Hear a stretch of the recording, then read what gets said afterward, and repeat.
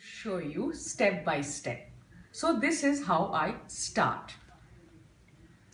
We take about 500 grams of paneer cut into square pieces 2 by 2 inch cubes. We also take some vegetables like red capsicum, green capsicum, yellow capsicum, onion and tomatoes.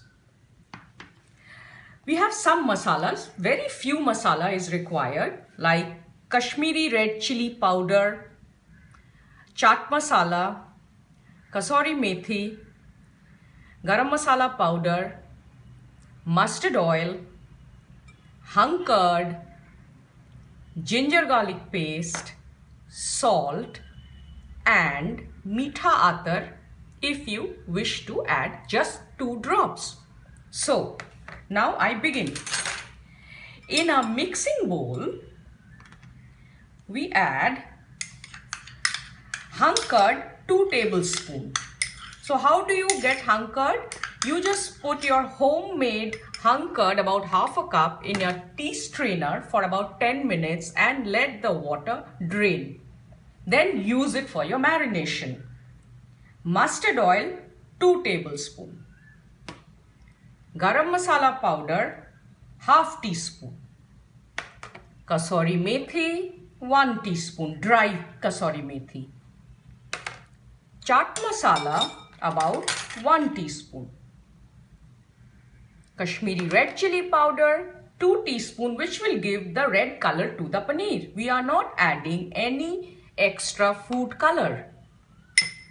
Ginger garlic paste 1 teaspoon. And of course salt 1 teaspoon. We'll add everything together and mix it thoroughly. So this is the marinade. And now what we do is we put our paneer into this masala mixture and coat the paneer thoroughly. All the paneer pieces are to be coated uniformly. And what we do is we'll coat, and if you have some time, keep this marinated paneer in your refrigerator for 1 hour.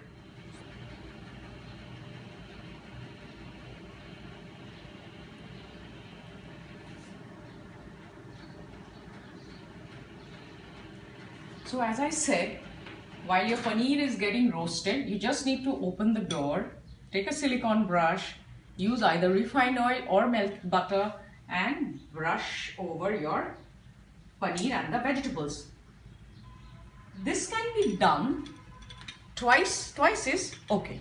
So just close the door and let the remaining time get over.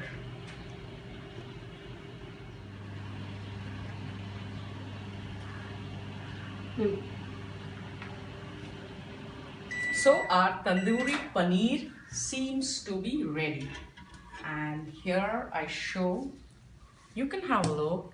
The paneers are nicely browned, the vegetables are also nicely roasted. So we'll put it on a serving plate.